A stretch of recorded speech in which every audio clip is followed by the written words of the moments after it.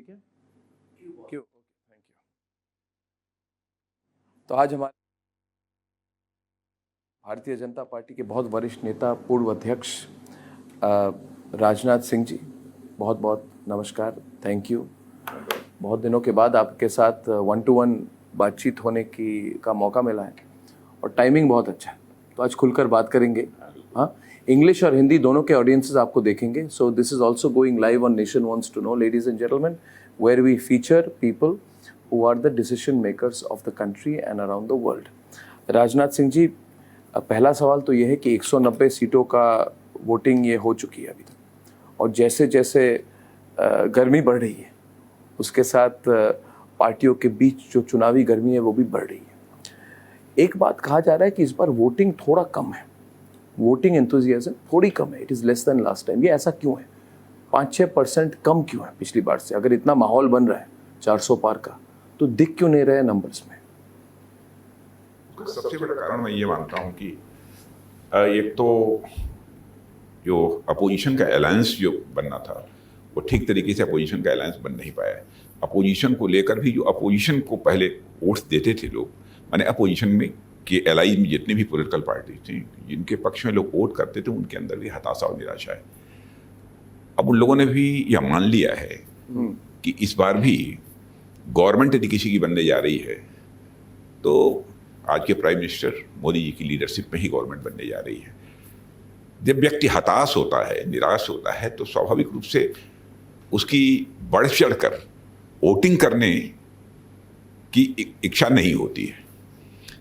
अब कहता ठीक है, अब वो जीत ही रहे हैं तो हम वोट क्या करें। आपके वोटर जा रहे हैं? हमारे वोटर्स आ रहे हैं।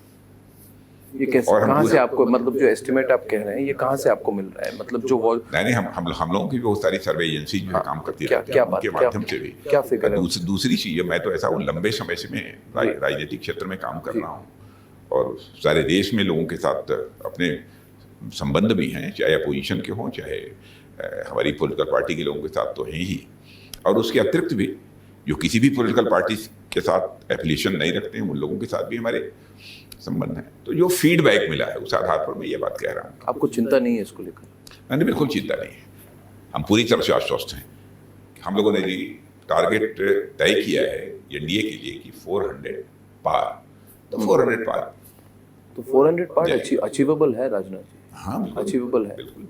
कहाँ से, मतलब ये नंबर कहाँ से आएंगे 400 पार? नंबर इस भारत के सारे संसदीय निर्वाचन क्षेत्रों में जो बीजेपी को और साथ ही साथ हमारे जो एलाइज हैं एनडीए के, वो जो सीटें जीतेंगी उसी से हम 400। तो सब्सटेंशियल गेन कहाँ पे है आपको? 303 मिले थे इस बार तो मुझे साउथ पे ही सब हमको अच्छा गेन। नंबर कहाँ मिलेंगे? वोट के नंबर ऑफ सीट्स के बारे में फोरकास्ट करना है, ये कोई आसान काम नहीं होता है।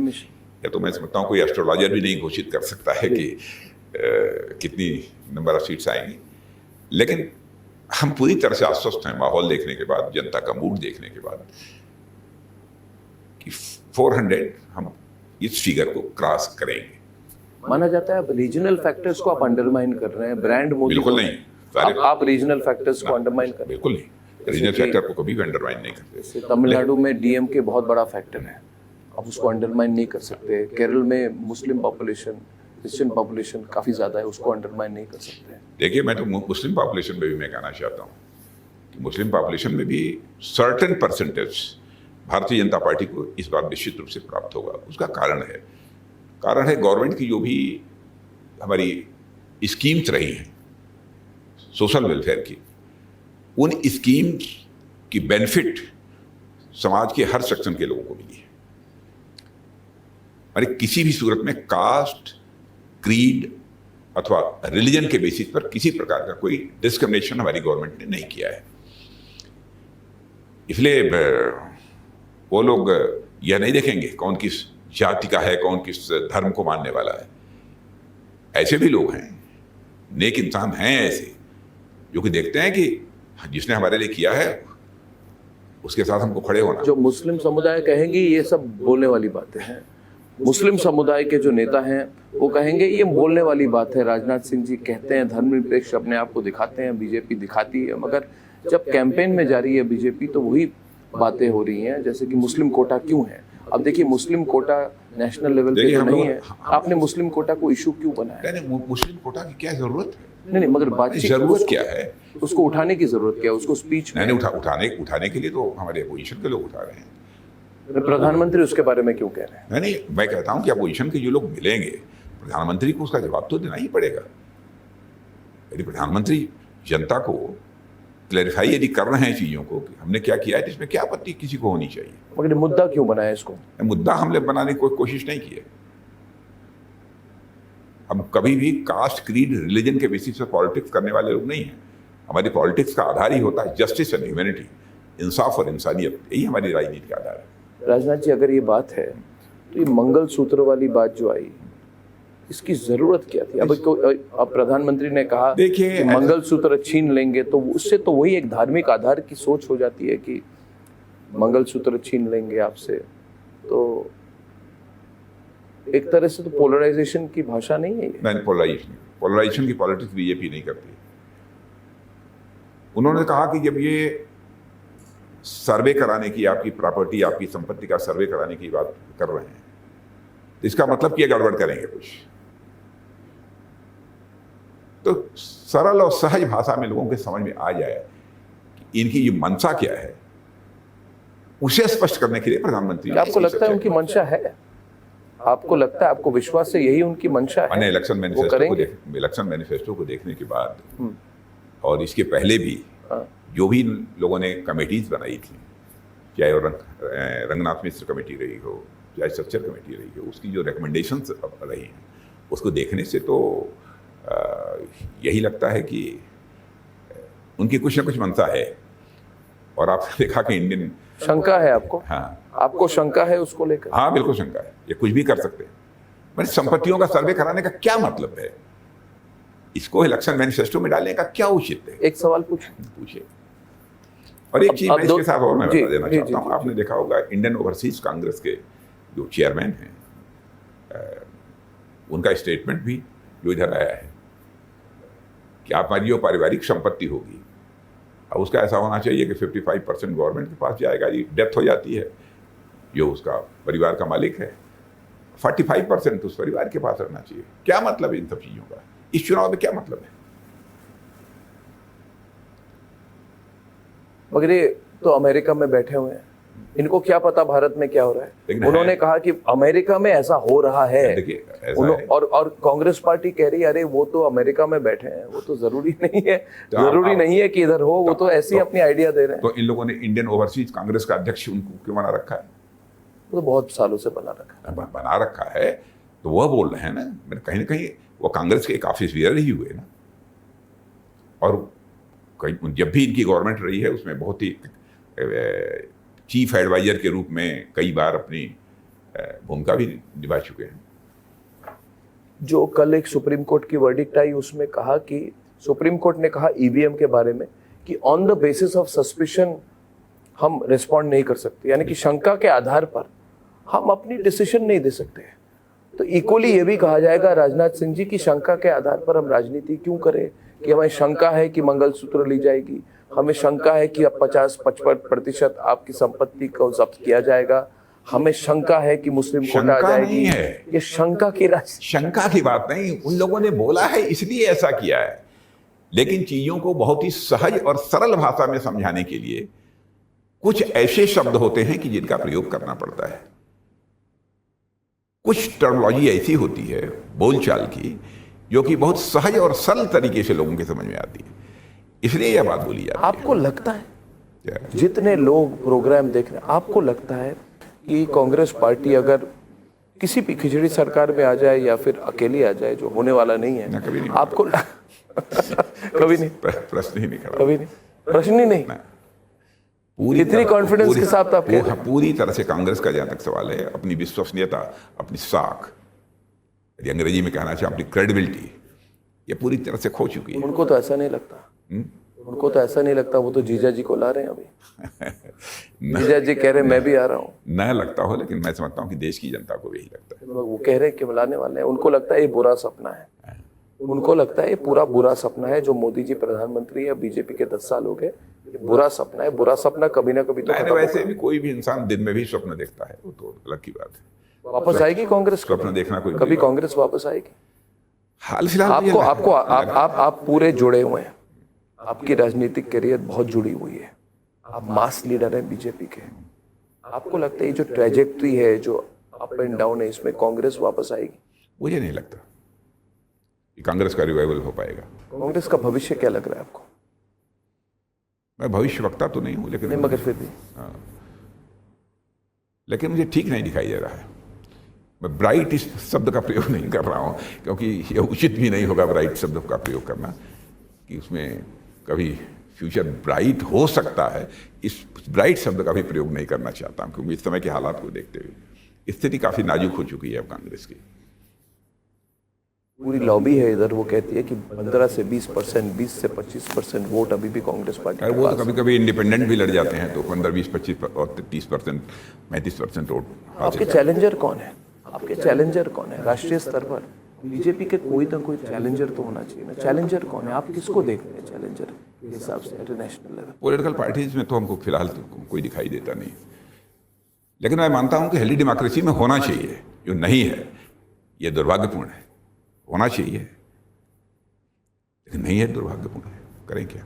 अब मैं फिर से वही वापस उस सवाल पे जा रहा हूँ कि सुप्रीम कोर्ट ने कहा कि शंका के आधार पर हम ईवीएम पर वर्डिक्ट नहीं दे सकते। बिल्कुल ठीक है। प्रशांत भूषण को शंका है, उसका मतलब नहीं है कि हम उसके ऊपर उसके आधार पर ईवीएम को ही नकार दें और कह दें पूरे सिस्टम को बदल दीजिए। मगर उसी सवाल को आगे ले जाते हुए शंका के आधार पर,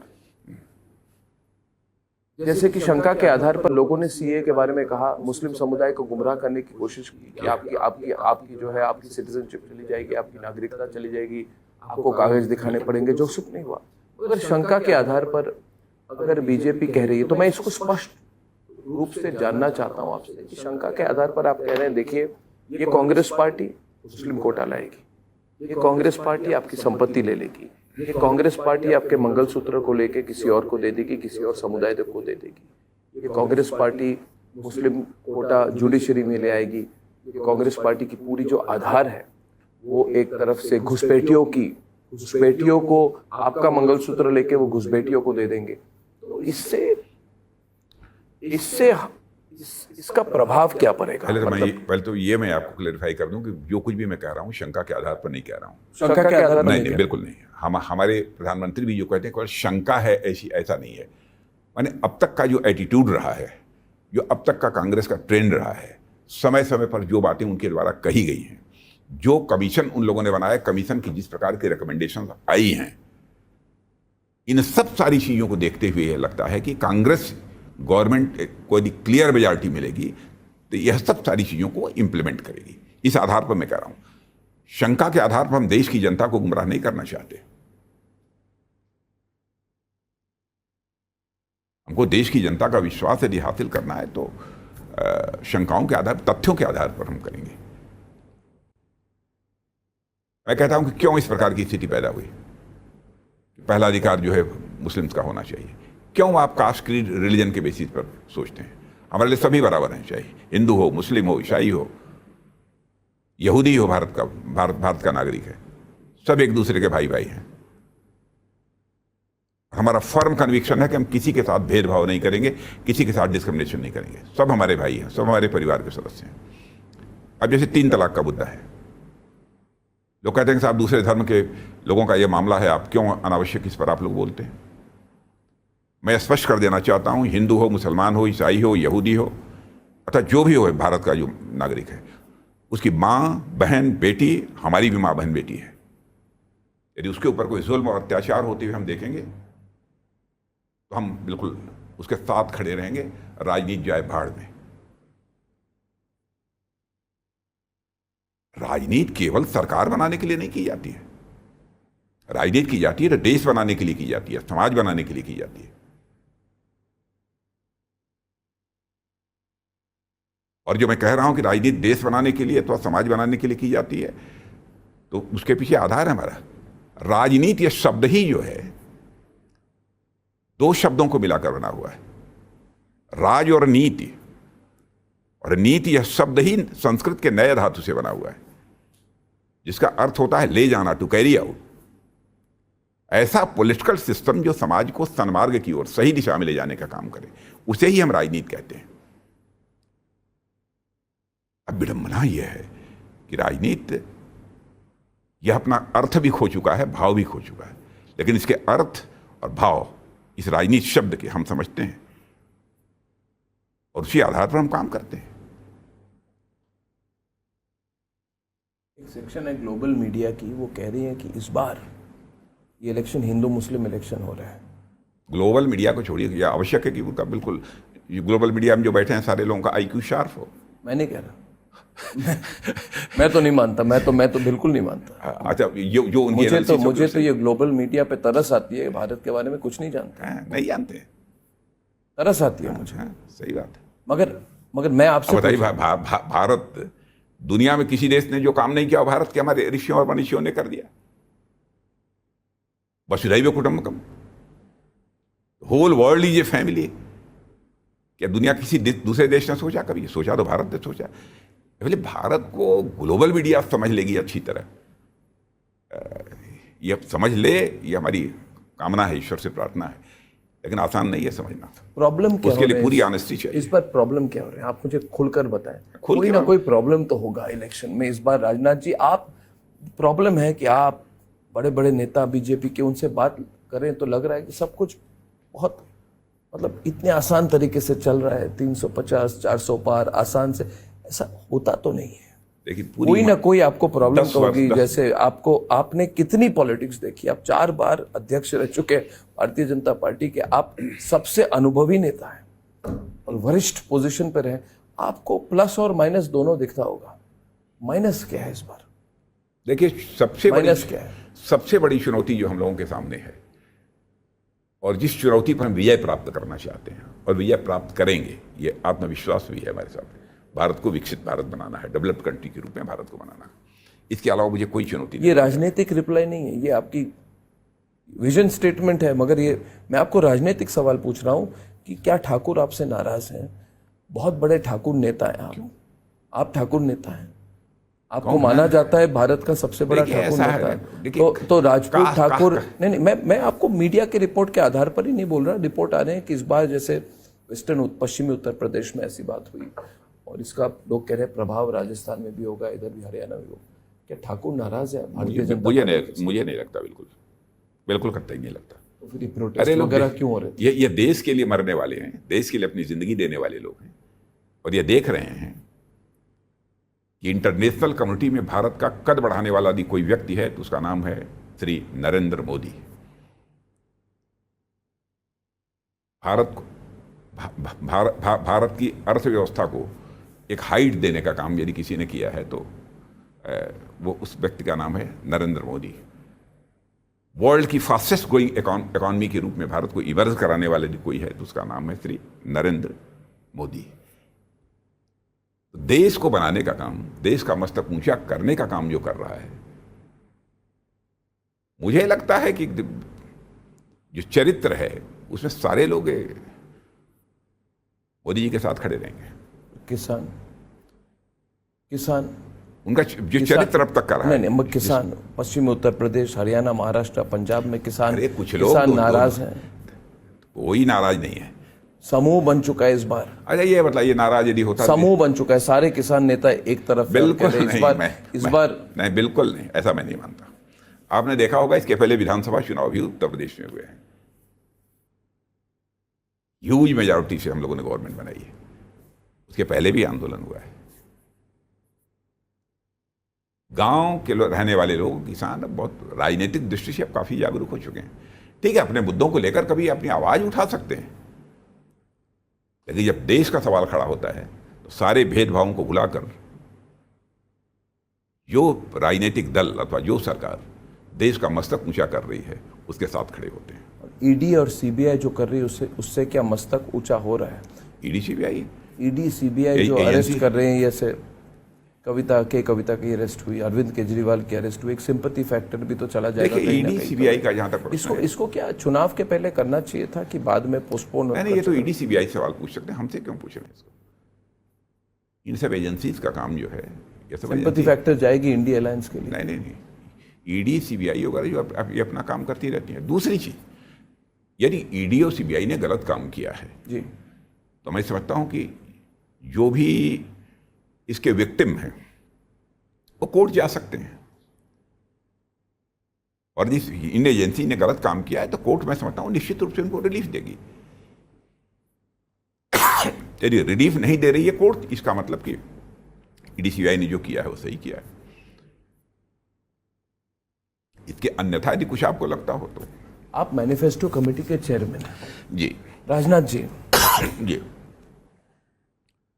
क्या आपने पीओके के मुद्दे को मैनिफेस्टो में डाला है? मैनिफेस्टो में डालें, किया जरूरत है। क्यों न डालें? क्यों? इसलिए कोई ना कुछ डालें। करना चाहे तो उसको उस पर खुलकर एक तरह से लोगों को पता चले। आप फिर कब करें वो अलग बात है। पीओके को तो हम मानते ही हैं, पीओके भारत का था, पीओके भारत का है, पीओके भारत का रहेगा। इसको इलेक्शन मैनिफेस्टो में डालने की क्या जरूरत है? इस पर कभी ना कभी तो कोई निश्चित कार्रवाई होनी चाहिए। नहीं, बिल्कुल आराम से रहिए। आराम से मतलब आप बिल्कुल आराम से रहिए। पीओके के लोग खुद ही डिमांड करेंगे। कश्मीर में जिस तरीके से डेवलपमेंट हो रहा है, जिस तरीके से अमन अमान की स्थिति जम्मू कश्मीर में पैदा हुई है, और भारत जितनी तेजी के साथ आगे बढ़ रहा है, यहां राशन के लिए मार नहीं होती है। पाकिस्तान हमारा पड़ोसी देश है, हमारी कामना है कि वो भी धनवान हो, ठीक बने, वहाँ की भी पावर्टी की प्रॉब्लम सब रिजॉल्व हों, क्योंकि पड़ोसियों के प्रति हम लोगों के भाव तो अच्छे ही रहते हैं। तो मुझे लगता है इन सारी स्थितियाँ जैसी बन रही हैं, उसमें पीओके के लोग खुद ही कहेंगे कि हम भारत के साथ जाना चाहते हैं, हम अपने जम्मू कश्मीर के साथ जाना चाहते हैं। हमको कुछ करने की जरूरत, मुझे लगता है, या शायद देश में किसी को लगता हो अथवा न लगता हो, लेकिन मुझे लगता है। अच्छा, लगभग 1.5-2 साल पहले मैंने यह बात कही, आर्मी डे के अवसर पर जवानों को संबोधित करते हुए मैंने कहा था। और आपने देखा होगा कि उसके बाद टेलीविजन पर भारत के समर्थन में नारे लगाते हुए लोग पीओके में दिखाई दिए थे। हम उकसा रहे हैं उनको कि वो मैंने उकसाने का कोई सवाल ही नहीं, ऐसी नापाक हरकत नहीं करते हम लोग। आप कह रहे खुद से लोग मांगेंगे, मतलब उससे यहाँ का डेवलपमेंट जितनी तेजी के साथ हो रहा है। बांग्लादेश के लोगों ने भी जब उनको उतनी उत्पीड़न हुई उनकी, उसके बाद मुक्ति वाहिनी बनी, मगर लास्ट में जाके भारतीय सेना को जाके सपोर्ट तो करना पड़ा। तो पीओके की जो हालत है उसको आप कैसे देखते हैं? हमारी कोई तो भूमिका होगी उस पर, हमारी धरती है, हमारा जमीन है, हमारा अधिकार है उस पर। नहीं, बिल्कुल अधिकार है, वो हमारा ही अधिकार तो है। आप रक्षा मंत्री, हाँ, पीओके हमारा ही है, लेकिन हम आश्वस्त हैं। नहीं, आप लोगों को आश्वस्त करें राजनाथ जी, आप आश्वस्त बिल्कुल हैं, जितने रिपब्लिक भारत के जितने दर्शक हैं। और यही नहीं, मैं बहुत सीरियसली सवाल पूछ रहा हूं। अब हम उस जनरेशन के हैं राजनाथ जी, आप हमसे सीनियर हैं।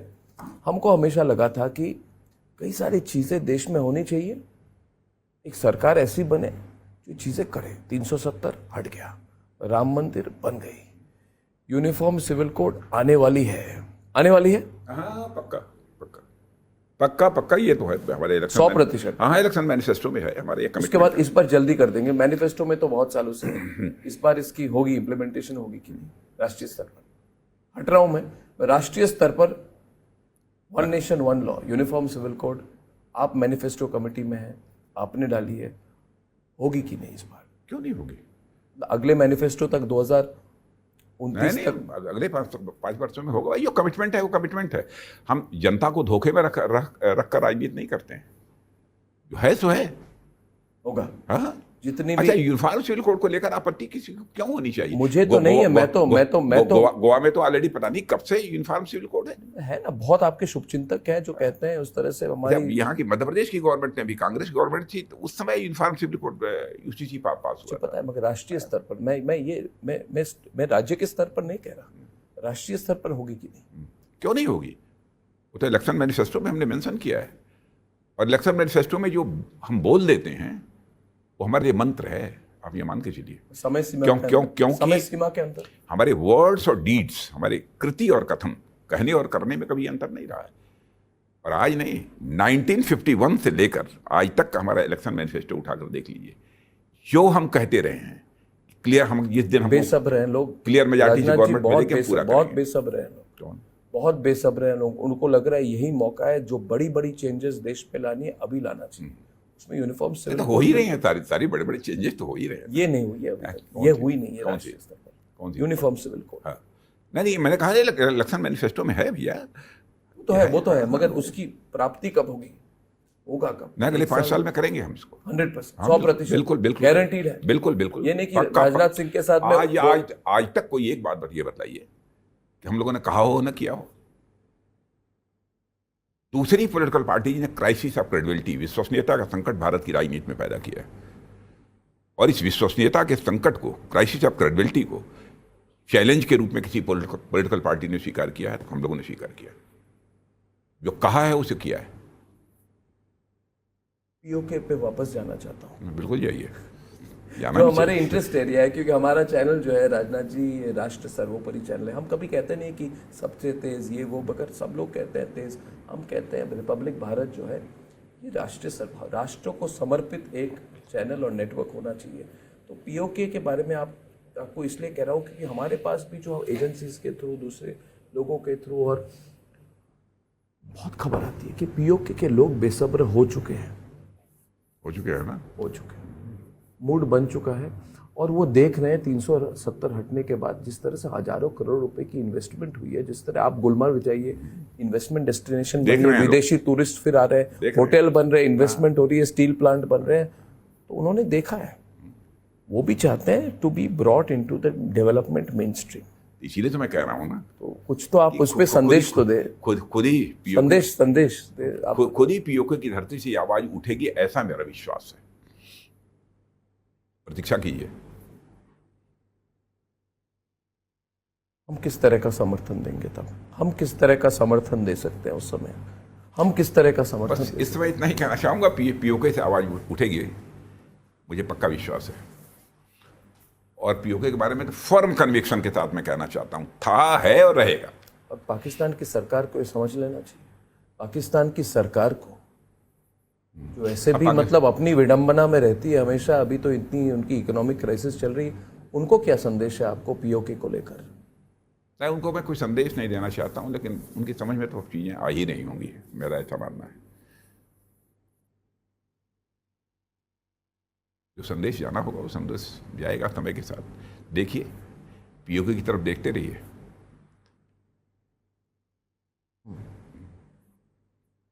इस समय इतना ही, इस समय इतने, इस समय इतना ही, हाँ, बिल्कुल इस समय इतने।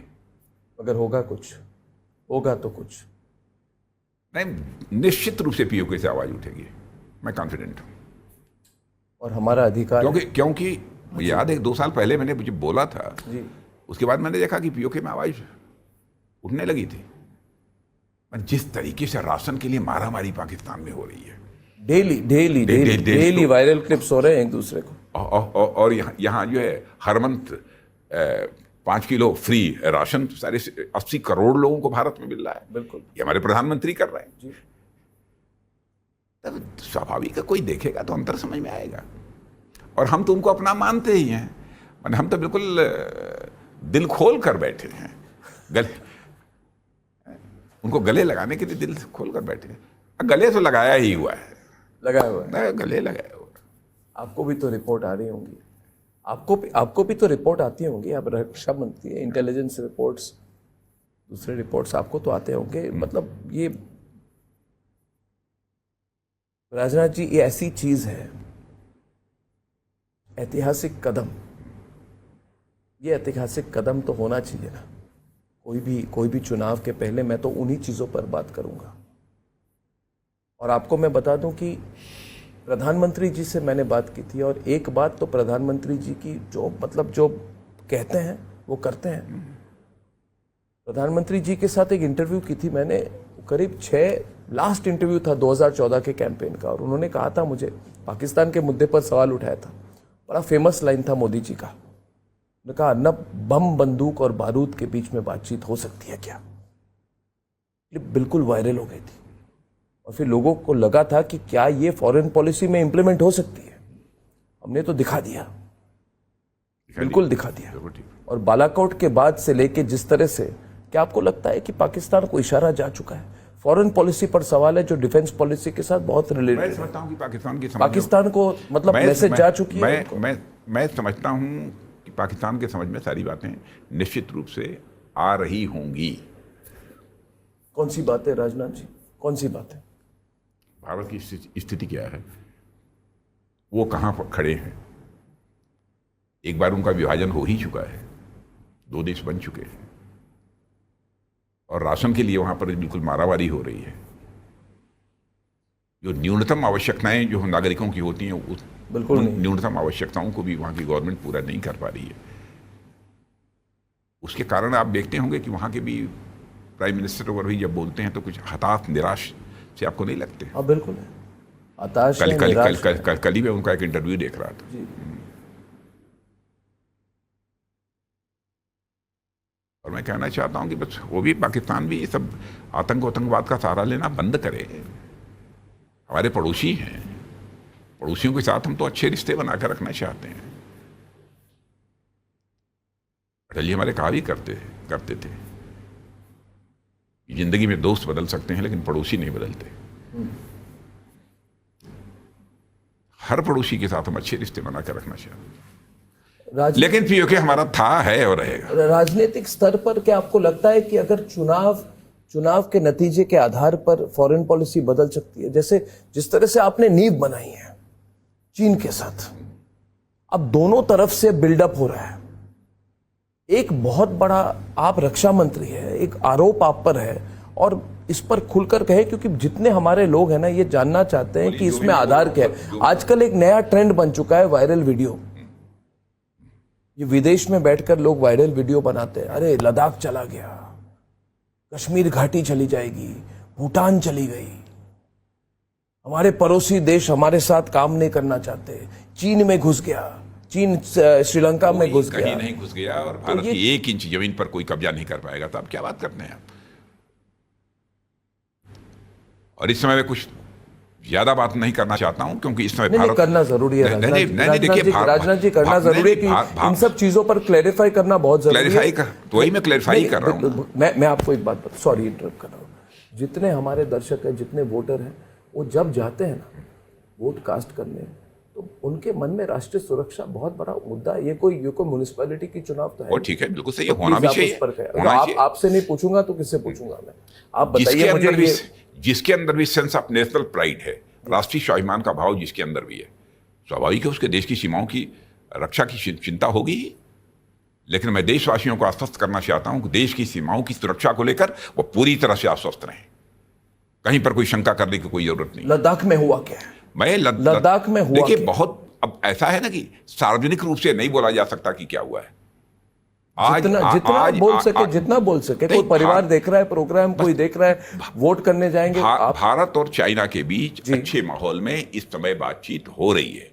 जब बातचीत का सिलसिला चल रहा हो, ठीक तरीके से चल रहा हो, अच्छे माहौल में चल रहा हो, तो मैं समझता हूं कि मुझे ज्यादा टिप्पणी नहीं करनी चाहिए। बातचीत का सिलसिला लेकिन मैं यह स्पष्ट कर देना चाहता हूं कि भारत की सुरक्षा के साथ जी किसी भी सूरत में भारत कंप्रोमाइज नहीं करेगा। क्या वो हमारी जमीन पर कब्जा कर रहे हैं, कर सकेंगे? जो था, जब किया था तो किया था। कहाँ की बात कर रहे हैं? बीती बातों की यहाँ क्यों चर्चा कर रहे हैं? बीती बातों की बात कर रहे हैं। नहीं, जो हवा चल रहा है आजकल, नहीं, हवा जो चलाने की कोशिश चल रही है कि लद्दाख के कई पिछली बातों की चर्चा कर रहे होंगे लोग, वही दिमाग में बैठा हुआ लोगों को, और उसकी चर्चा मैं नहीं करना चाहता। मैं तो अपनी गवर्नमेंट की बात कर रहा हूं। तो लद्दाख में जो आंदोलन करने की कोशिश हो रही है, कौन आंदोलन कर रही है? ये कोई आंदोलनकारी वहां पे बैठे हुए हैं, रात को वहां पे फास्टिंग। आंदोलन समाप्त हो गया। आंदोलन समाप्त हो गया। आंदोलन समाप्त हो गया, जो मुझे जानकारी मिली। लोगों को उकसाने की कोशिश चल रही है, ऑटोनोमस काउंसिल बनाई जाए। करने दीजिए। तथ्य को लंबे समय तक झुठलाया नहीं जा सकता। तथ्य तथ्य है, सत्य सत्य है। चीन के साथ हमारा एग्जैक्ट रिलेशनशिप क्या है इस वक्त, और कोई चांस है क्या? हाँ, कोई फ्लेयर अप हो जाएगी? बात सही है। पहले से भी चाइना के साथ हमारे रिलेशन तनावपूर्ण रहे हैं, इसमें कहीं दो मत नहीं है। अभी तनाव कितना है? नहीं, लेकिन बातचीत जो इस समय चल रही है अच्छे माहौल में चल रही है। मैं देशवासियों को मैं बतलाना चाहता हूँ, गलवान में जो हुआ वो फिर से हो सकता है? नहीं, गलवान मैं कह रहा हूँ कि हो सकता है, क्या होगा कैसे होगा। इस समय अच्छे माहौल में बातचीत चल रही है दोनों देशों के बीच, और मैं समझता हूँ कि जो सीमा विवाद जो लंबे समय से चला रहा है भारत और चाइना के बीच, हम ये चाहते हैं वो सारा का सारा सीमा विवाद सुलझ जाना चाहिए। सुलझेगा? और यह बात हम लोगों ने चाइना को सुलझ सकता है? सुलझ सकता है। आज की जैसी स्थिति बनी है सुलझ सकता है? बिल्कुल सुलझ सकता है। और राष्ट्रीय हमारे नेशनल इंटरेस्ट को बिना कॉम्प्रोमाइज किए, बिना अपने हमारे भारत के नेशनल इंटरेस्ट को कॉम्प्रोमाइज किए, और मेरा विश्वास दिनों दिन ये और पक्का होता जा रहा है। इसका आधार क्या है? देखिए, भारत के बारे में भी जो पहले जो सारी इंटरनेशनल कम्युनिटी में धारणा थी अब काफी बदल चुकी है। अब देखिए, एक छोटा सा उदाहरण मैं आपको देता हूं, धारणा कैसी बनी। रशिया और यूक्रेन के बीच वार पिछले दो वर्षों से चल रहा है। जिस समय रशिया यूक्रेन वार ये प्रारंभ हुआ था, आपको जानकारी है कि हमारे भारत के लगभग हजारों बच्चे वहाँ पर कोई मैनेजमेंट का कोर्स कर रहा था, कोई इंजीनियरिंग का कर रहा था, कोई मेडिकल का कर रहा था। स्वाभाविक है कि दोनों तरफ से मिसाइल, बम, तोप, गोले सब कुछ चल रहे थे। तो उनके जो गार्जियंस थे, माता पिता यहाँ थे, स्वाभाविक चिंतित हुए, कहीं क्या हो जाए, कहीं कोई हादसा ना हो जाए हमारे बच्चों के साथ। तो लोगों ने हमारे प्रधानमंत्री जी से आग्रह किया, और उन्होंने बहुत ही शालीनता के साथ, विनम्रता के साथ, जैसे एक बात करनी चाहिए कि स्टेट्समैन को, वैसे रूस के राष्ट्रपति से भी बात की, और जेलेंस्की मिस्टर पुतिन से भी बात की, और यूक्रेन के राष्ट्रपति मिस्टर जेलेंस्की से भी बात की।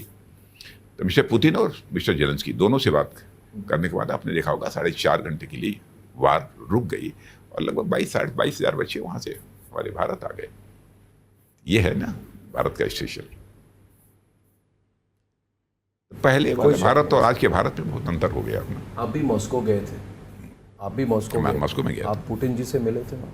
नहीं, पुतिन जी से हमारी भेंट नहीं हो पाई थी। लावरोव जी से मिले? डिप्टी प्राइम मिनिस्टर से भेंट। Deputy prime minister. माहौल क्या था वहाँ पे फिर जब आप गए? बहुत अच्छा भारत। आप भी तो कितनी विदेश यात्रा करते हैं, इतने सार्वजनिक जीवन में आपने कितना कुछ देखा है, तो क्या लग रहा है आपको, फर्क क्या लग रहा है? जो हमें अभी कहा जा रहा है कि अगले 10 साल में हम टॉप 3 इकोनॉमी, 5 साल में top 3 economy, global economy, global leader. हम नहीं कह रहे, ये तो हमारी बहुत सारी जो फाइनेंशियल फर्म्स हैं, इंटरनेशनल फाइनेंशियल फर्म्स हैं, वो दावा कर रही हैं इस समय वर्ल्ड में फास्टेस्ट ग्रोइंग इकोनॉमी किसी की है तो भारत की है।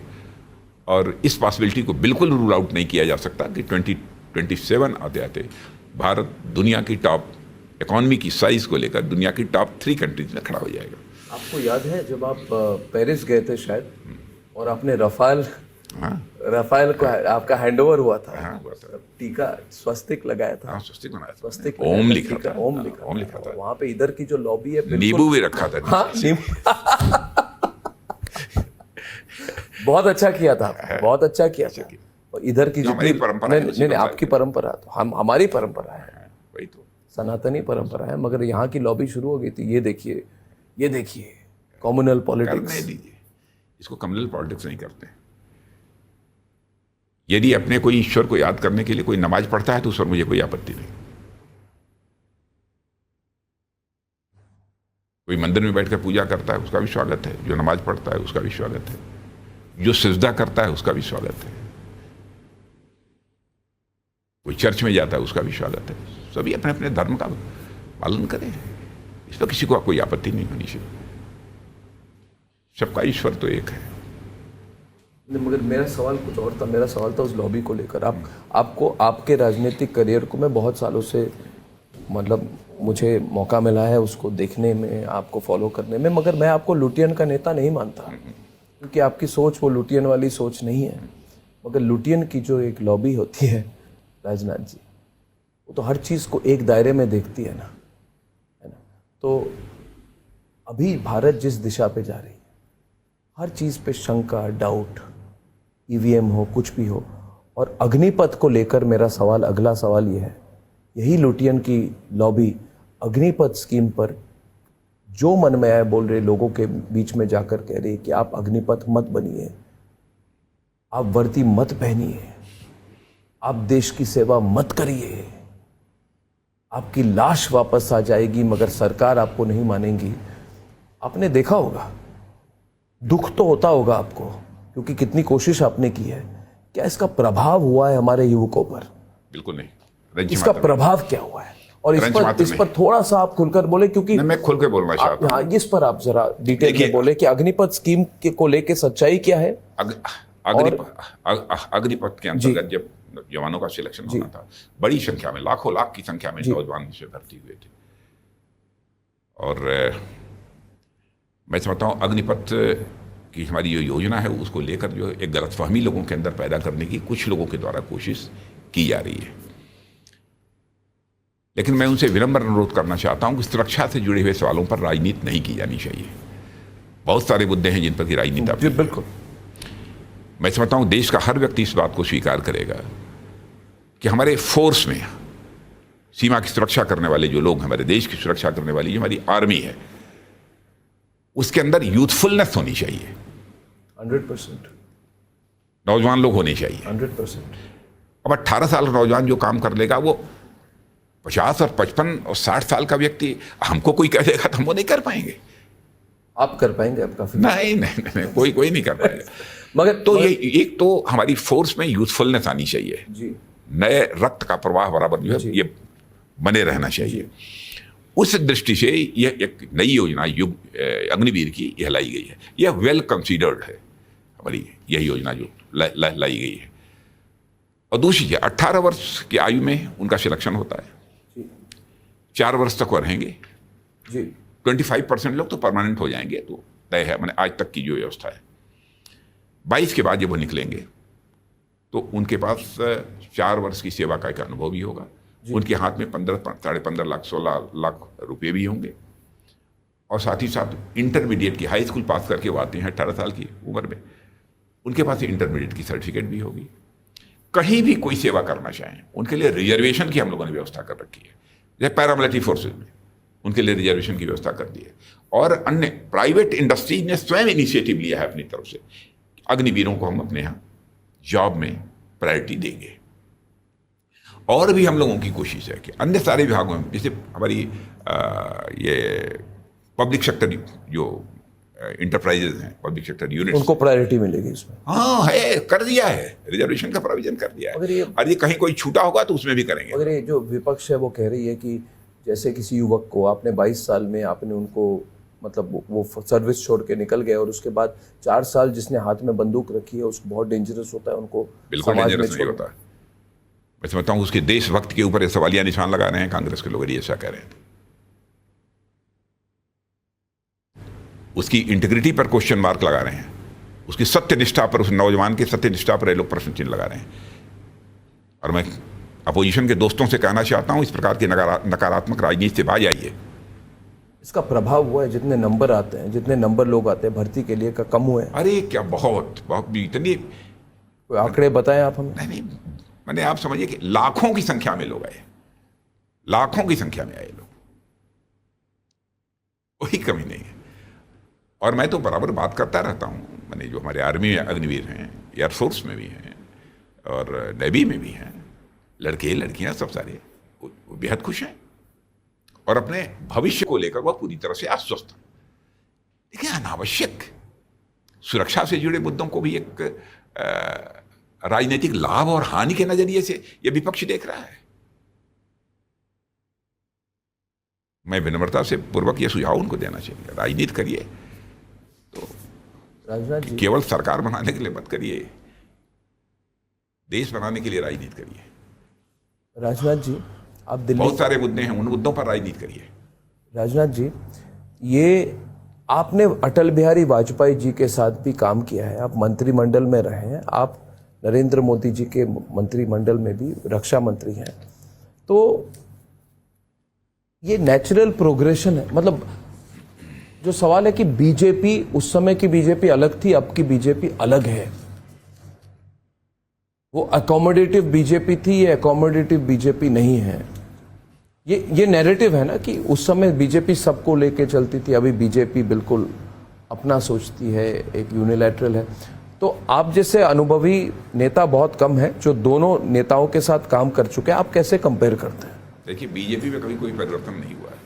पर कई लोग होंगे ना, मैं क्यों ये सवाल पूछ रहा हूं, क्योंकि आज बहुत युवा हैं जिनको अनुभव ही नहीं है, उस समय जीवन का अनुभव नहीं है कि उस समय की बीजेपी क्या थी, अब की क्या है। तो आप कैसे कंपेयर करते हैं? जो उस समय की बीजेपी थी वही इस समय की बीजेपी है।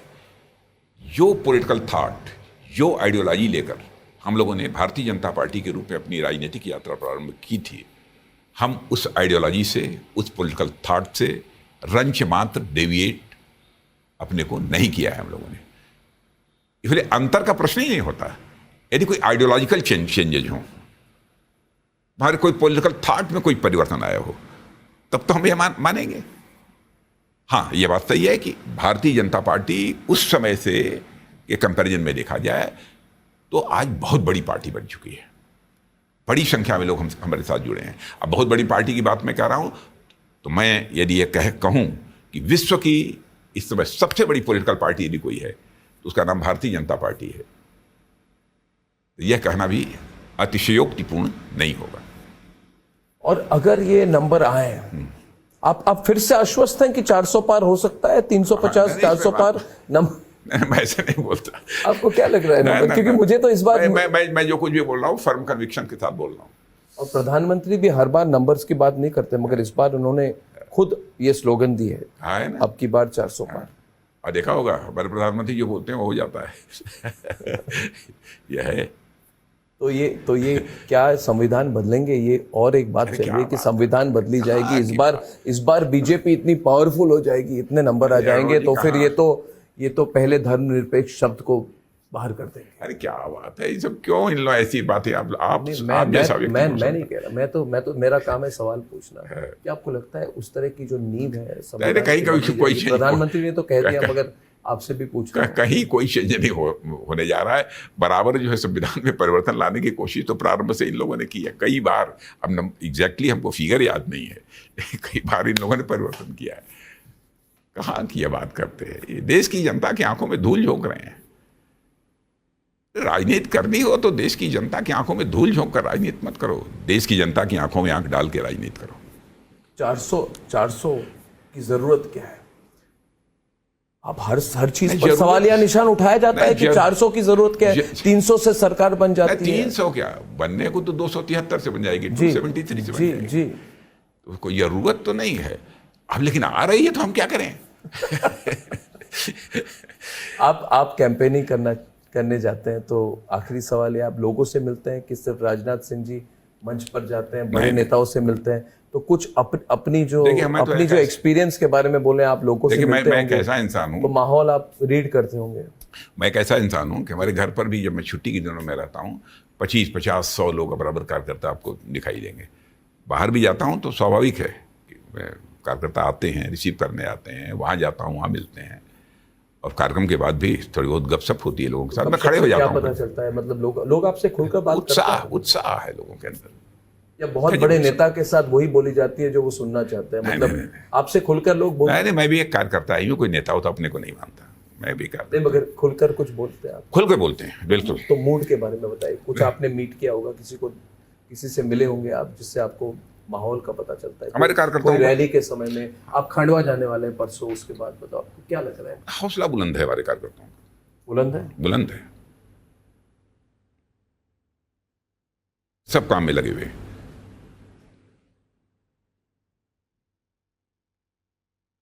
कहीं पर कोई कमजोरी दिखाई नहीं देती, कहीं कोई आशंका नहीं दिखाई देती।